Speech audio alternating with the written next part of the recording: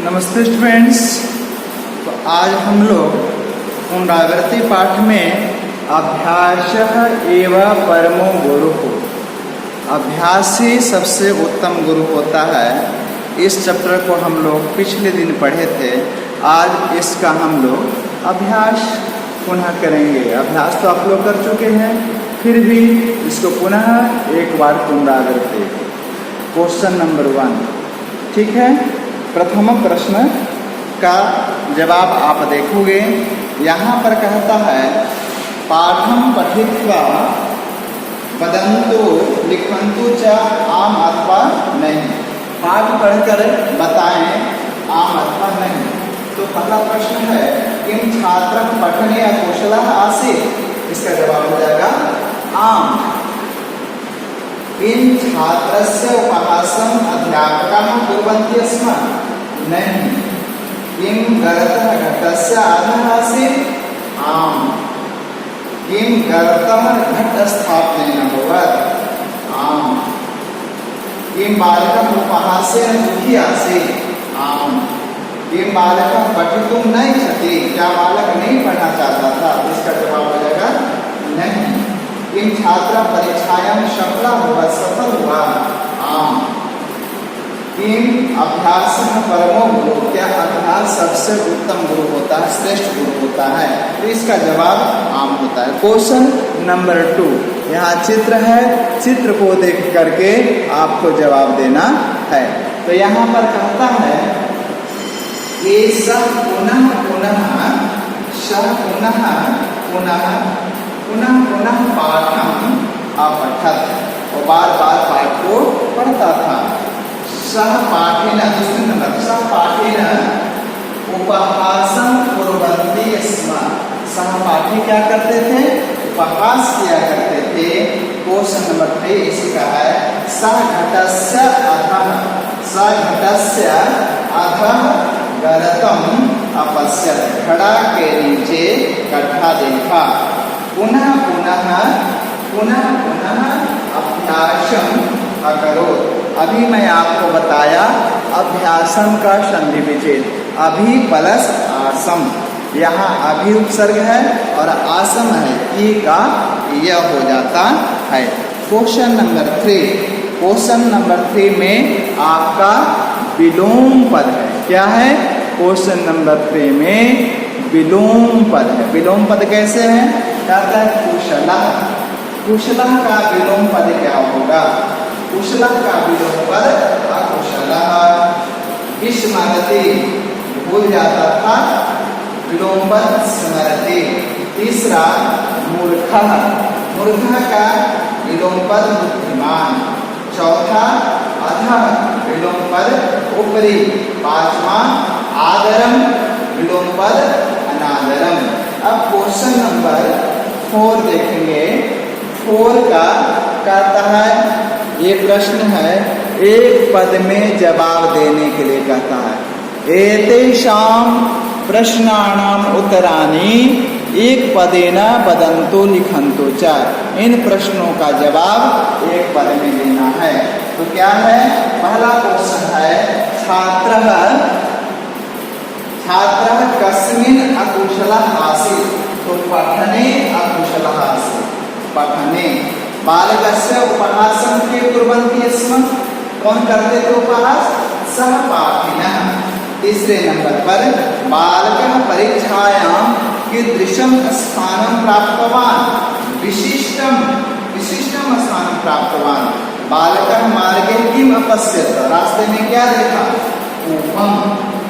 घटस्य अधः किम् आसीत्। गर्तम्। और पांचवा में परमः गुरुः कः अस्ति। तो परमः गुरुः अभ्यासः। इस प्रकार स्टूडेंट्स पांचवा क्वेश्चन है, कहता है एतेषां प्रश्नानां उत्तराणि पूर्ण वाक्येन वदन्तु लिखन्तु च। पूरे वाक्य में देना है।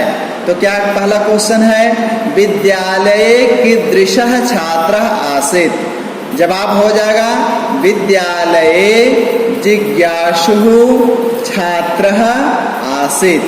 दूसरे नंबर पर क्वेश्चन है उपहास कारणात् छात्रः किं चिन्तयति स्म। उत्तर होगा उपहास कारणात् छात्रः चिन्तयति स्म किम अहं मूर्खः अस्मि, किम मम भाग्ये विद्या नास्ति। तीसरे नंबर क्वेश्चन है गर्तं दृष्ट्वा छात्रः किम अचिन्तयत्। तो गर्तं दृष्ट्वा छात्रः अचिन्तयत् इमं सुंदरम गर्तं कः निर्मितवान्। चौथा क्वेश्चन माता किम उत्तरम अयच्छत्। माता उत्तरम अयच्छत् पुत्र प्रतिदिनं भूयो भूयः घट स्थापनेन सह गर्तः निर्मितः। पांचवा मातुः उत्तरम श्रुत्वा छात्रः किम अचिन्तयत्। जवाब होगा मातुः उत्तरम श्रुत्वा छात्रः अचिन्तयत् यदि भूयो भूयः घट स्थापनेन पाषाणशिलायां गर्तः भवत् किम पुनः पुनः पठनेन मम मति तीव्रः न भविष्यति। कहा माँ का जवाब सुना कि बार बार पाषाण शिला पर घड़ा रखने से गड्ढा बन गया। तो विचार करने लगा कि क्या मैं बार बार पढ़ूंगा तो जवाब क्या मैं मेरी बुद्धि तीव्र नहीं होगी। अब क्वेश्चन नंबर 6 है। क्वेश्चन नंबर 6 में ऑप्शन है। आप ऑप्शन को देखोगे, क्वेश्चन केवल मैं पढ़ दे रहा हूँ और उसका जवाब पूरे वाक्य में न लिख करके जो शब्द बन रहा है, जिस शब्द से प्रश्न निर्माण हो रहा है, केवल हम उसको ही बताने जा रहा हूँ। इस प्रकार देख लोगे। स्थूल पदस्य स्थाने समुचितम प्रश्नवाचकम पदम चित्वा प्रश्न निर्माणम कुर्वन्तु। पहला क्वेश्चन है छात्रः मूर्खः आसीत्। तो छठे नंबर पर पहला है छात्र। छात्र से हो जाएगा कः मूर्खः आसीत्। दूसरा नंबर है छात्रः कूपम अपश्यत्। कूपम कूपम है तो यहाँ पर छात्रः कम अपश्यत् प्रश्नवाचक चिन्ह हो जाएगा लास्ट में। तीसरा नंबर छात्रः मातरम अपेक्षत। मातरम द्वितीय एकवचन है। छात्रः काम अपेक्षत किससे पूछा। चौथे नंबर पर घटस्य अधः एकः गर्तः आसीत्। घटस्य तो कस्य अधः एकः गर्तः आसीत्। पांचवें नंबर पर उपहास कारणात् छात्रः दुखी आसीत्। उपहास कारणात् यहाँ पर पंचमी है इसलिए कस्मात् कारणात् छात्रः दुखी आसीत्। अब देखोगे छठे नंबर पर बालकः विचार मग्न भवत्। कः विचार मग्न भवत्। इस प्रकार क्वेश्चन नंबर आपका 6 का जवाब हुआ। अब क्वेश्चन नंबर 7 देखोगे क्या कहता है अधोलिखित वाक्यानि कथा क्रमानुसारेण लिखन्तु। पहला वाक्य है एकदा सः मार्गे कूपस्य समीपे एकम गर्तम अपश्यत्। दूसरा वाक्य है सः यत् पठति तत् विस्मरति स्म। तीसरा है एवमेव पुनः पुनः पठनेन तस्य मति तीव्रा भविष्यति।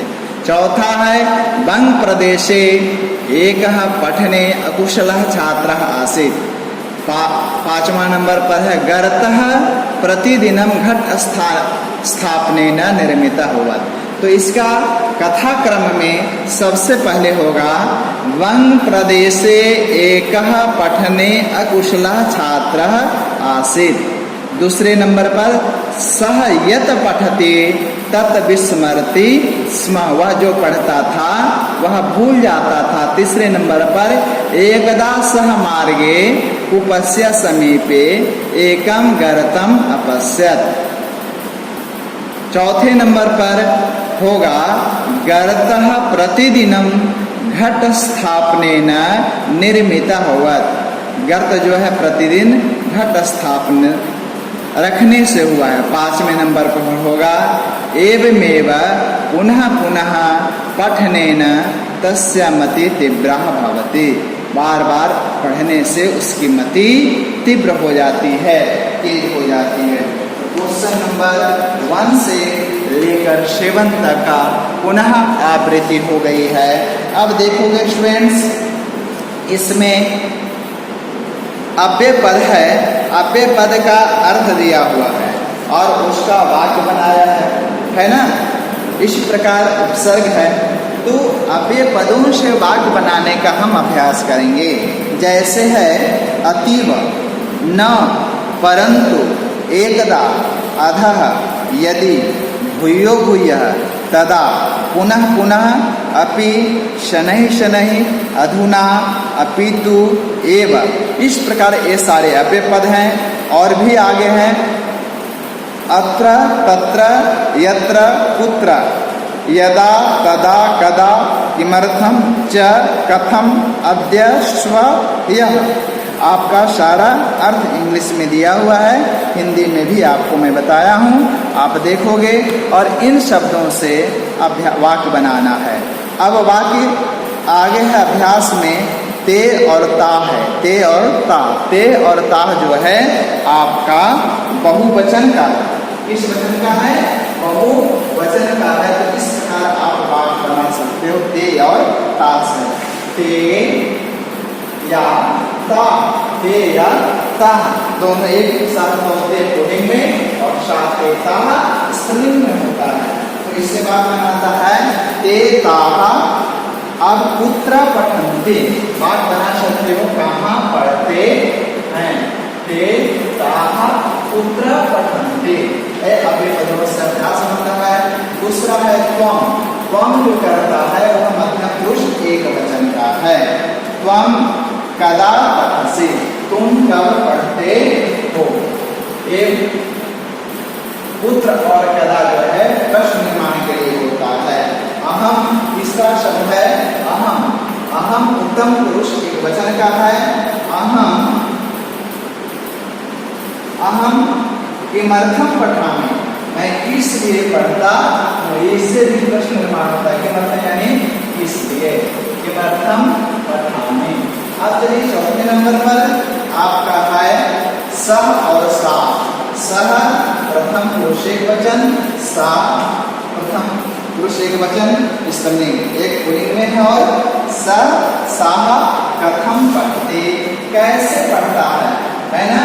मान लीजिए कोई समस्या होगी तो कोई प्रश्न करता है, वे दोनों कैसे पढ़ते हैं, कैसे पढ़ते हैं।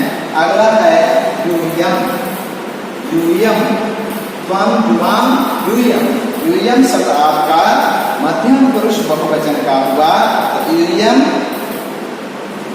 यूयम आप ही पढ़ता, तुम सब भी पढ़ते हो, तुम सब भी पढ़ते हो।